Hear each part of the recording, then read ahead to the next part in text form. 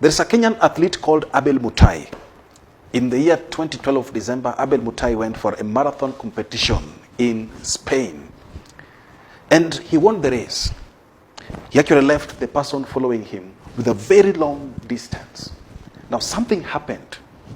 Abel Mutai got confused with the signals and thought he had finished the race. He was actually number one. So he stopped running and was checking his watch, thinking that he has already won. Right behind him was a gentleman, a Spanish called Ivan. Now, on realizing what was happening, Ivan started shouting at Abel Mutai, telling him to continue running because he had not finished the race. Abel, being a villager from Kenya, would not understand the Spanish. And so he kept on walking normally. And Ivan realized that this man does not understand Spanish. So he ran forward and pushed Abel to win the race. That is how Abel won that race. And so the media gathered to interview Ivan Fernandez for that act of kindness. And he made some very profound statements. And one that caught my attention is that what is the joy of having victory that you didn't deserve?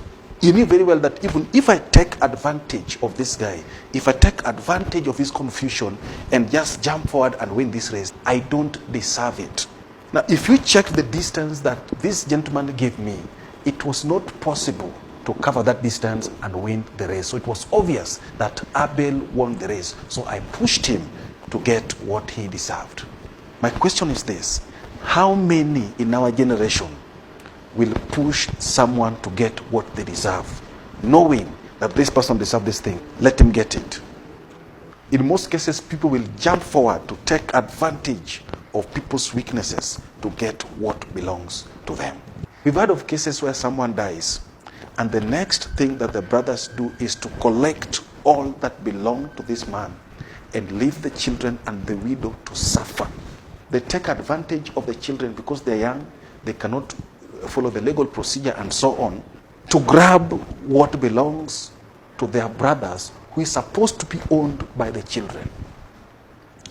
And so the children are suffering while they enjoy what belongs to these orphans. Now, what people don't know is that as you're doing that, you are actually cursing your own family. Because these orphans will suffer, but somehow they'll maneuver their way in life and still make it. Because when you mistreat people, you make them God's favorite, and they will obviously succeed in life. So how do you feel when you know very well that you are enjoying what someone else should be having, what someone else worked for? That is not humanity. Let us sometimes be like Ivan. When you know this person deserves this thing, push that person to get it. Now the thing is this: such an act can never go scot-free. You'll always reap the consequences of the same, unless you push what belongs to the orphans to have it. In most cases, people take advantage of foreigners.